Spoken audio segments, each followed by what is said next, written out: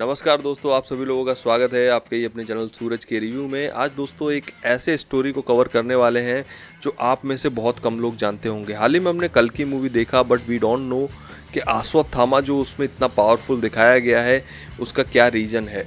तो आज के इस वीडियो में हम पूरी वो स्टोरी कवर करेंगे जो हमने शिव पुराण के रेफरेंस से ली है। तो नए हैं तो प्लीज़ सब्सक्राइब कर लेना। फटाफट से शुरू करते हैं इस वीडियो को। आज के इस वीडियो को हमने लिया है शिव पुराण के शतरुद्र संहिता के चैप्टर नंबर 36 से। वहाँ पर ऐसी क्या चीज़ें लिखी गई हैं अश्वत्थामा के बारे में, वो सारी चीज़ें मैं आपको यहाँ पर इस वीडियो के माध्यम से बताऊँगा। तो अश्वत्थामा जो थे वो भगवान शिव के ही अंश थे। यस, अश्वत्थामा भगवान शिव के ही अंश थे। अब ऐसा क्या हुआ था हिस्ट्री में, वो आपको यहाँ पर मैं बता दूं। एक्चुअल में बृहस्पति मुनि के पुत्र थे भारद्वाज, और भारद्वाज के पुत्र थे गुरु द्रोण। द्रोण युद्ध में, शास्त्रों में, पुराणों में, सारी विद्याओं में काफ़ी पारंगत थे। बहुत ही एक्सपर्ट आप उन्हें कह सकते हैं। इसी वजह से कौरवों और पांडवों को ये सौभाग्य प्राप्त हुआ कि गुरु द्रोण की तरह उनको एक बहुत बड़े ज्ञानी गुरु की प्राप्ति हुई। लेकिन गुरु द्रोण ये सब होने के साथ साथ भगवान शिव के भी बहुत बड़े भक्त थे।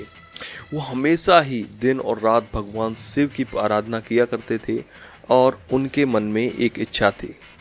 वो ये चाहते थे कि उनका जो पुत्र हो वो भगवान शिव का ही अंश हो। इसी वजह से उन्होंने भगवान शिव की एक घोर तपस्या आरंभ कर दी। काफ़ी लंबे समय तक तपस्या चली। आखिर में भगवान शिव उनसे प्रसन्न हुए और उन्हें वरदान मांगने को कहा। गुरु द्रोण ने अपने मन की इच्छा अनुसार भगवान शिव के अंश को अपने पुत्र के रूप में प्राप्त करने का वरदान मांगा। भगवान शिव शंकर हमेशा ही भक्तों के अधीन रहते हैं, और उन्होंने उन्हें ये वरदान प्राप्त दे दिया। इसके बाद में गुरु द्रोण खुशी खुशी अपने घर लौट जाते हैं और इस बात को अपनी पत्नी कृपि से कहते हैं। अब यहाँ पर दोनों ही पति पत्नी काफ़ी खुश होते हैं, और उचित समय आने पर उन्हें एक अद्भुत पुत्र की प्राप्ति होती है जो भगवान शिव का ही अंश था। वो उसका नाम अश्वत्थामा रखते हैं। अश्वत्थामा बचपन से ही काफ़ी पराक्रमी थे, सारी विद्याओं में वो पारंगत थे। अश्वत्थामा महाभारत के युद्ध में कौरवों की तरफ से लड़े थे, और उन्होंने युद्ध में ही सारे पांडवों को मार दिया था। ऐसा मैं नहीं कह रहा हूँ, ऐसा शिव पुराण के चैप्टर नंबर 36 में लिखा है। एक्चुअल में ये थोड़ा कंट्रोवर्शियल मुझे भी लगा, क्योंकि B.R. चोपड़ा के महाभारत में कुछ और स्टोरी दिखाई है, और यहाँ पर स्टोरी है युद्ध में उन्होंने पांडवों को मारा था। इसके बाद की आप यहाँ पर स्टोरी महाभारत की ऐसे है कि एक समय की बात है जब अश्वत्थामा और अर्जुन का युद्ध हुआ। अश्वत्थामा ने ब्रह्मशीर अस्त्र का संस्थान किया और उन्होंने अर्जुन की तरफ छोड़ दिया।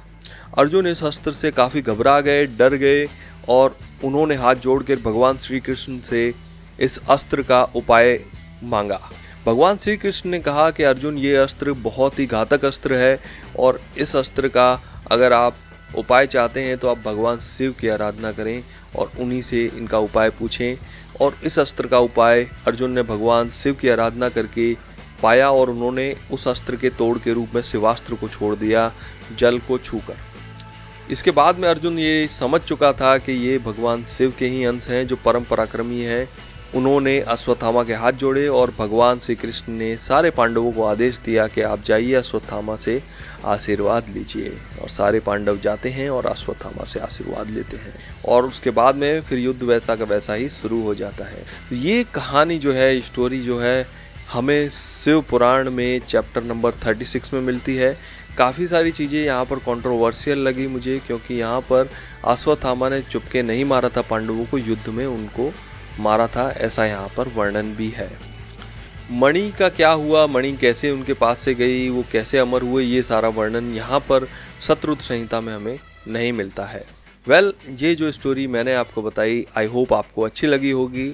अच्छी लगी है तो प्लीज़ दोस्तों लाइक कीजिएगा, चैनल को सब्सक्राइब कीजिएगा। मिलता हूँ नेक्स्ट वीडियो में, तब तक के लिए जय हिंद, वंदे मातरम।